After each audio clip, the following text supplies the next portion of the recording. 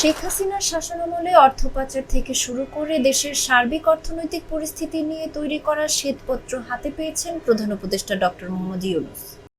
এই প্রতিবেদনকে ঐতিহাসিক উল্লেখ করে তিনি বলেছেন, এটি চূড়ান্ত হওয়ার পর প্রকাশ এবং বিশ্ববিদ্যালয় ও কলেজের পাঠ্যক্রমে অন্তর্ভুক্ত করা উচিত। প্রধান উপদেষ্টা বলেন, এটি আমাদের দেখাবে কি অবস্থায় আমরা অর্থনীতি পেয়েছি, জাতি এই নথি থেকে উপকৃত হবে। এটা শিক্ষা ব্যবস্থার সকল স্তরে, কলেজ বিশ্ববিদ্যালয় স্তরে সকল বিষয়ের পাঠ্যকে দরকার। জিনিসটা শুধু বোঝার জন্য যে এটা কিভাবে হয়, কেন। শেখ হাসিনার শাসনামলে খোলাখুলিভাবে অর্থনীতিতে লুটপাট হওয়ার বিষয়ে দুঃখ প্রকাশ করে ডক্টর ইউনূস বলেন, আমাদের অনেকের সাহস ছিল না এটি প্রতিহত করার।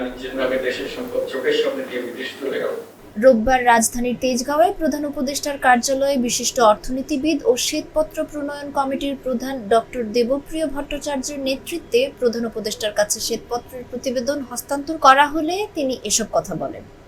বিগত সরকারের শাসনামলে অর্থনৈতিক পরিস্থিতি নিয়ে প্রকাশিত এই শ্বেতপত্রের প্রতিবেদনে বলা হয়েছে, শেখ হাসিনার সময়ে বছরে গড়ে $16 বিলিয়ন বিদেশে পাচার হয়েছে, যা দেশের অর্থনীতিকে ধ্বংসস্তূপে পরিণত করেছে।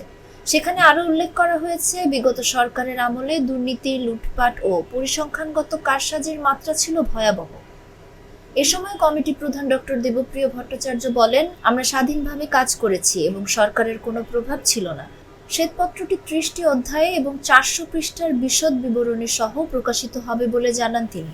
দীর্ঘ 15 বছর ধরে সম্পদের যে লুটপাট হয়েছে তার দলিল তৈরি করার দায়িত্ব দিয়েছিলাম ডক্টর দেবপ্রিয়কে। ঘটনাচক্রে কোনো প্রস্তুতি ছিল না। শিবাস্ত এসডিজির কি উপলক্ষে কথা প্রসঙ্গে বললাম যে এগুলোর হিসাব খেয়ে রাখবে, বলছে একটা কমিটি করে তুমি করো। ওই কথা থেকে বন্ধ করলো, ঠিক আছে, এই ঠিক আছে থেকে এটা সূত্রপাত হলো। তারপরে ফর্মালি অগ্রসর হওয়া যায়। জীবনের সাথে চলে high five all time healthy life. নিশ্চিন্তে খান স্বাস্থ্যকর অল টাইম পান। All time healthy life.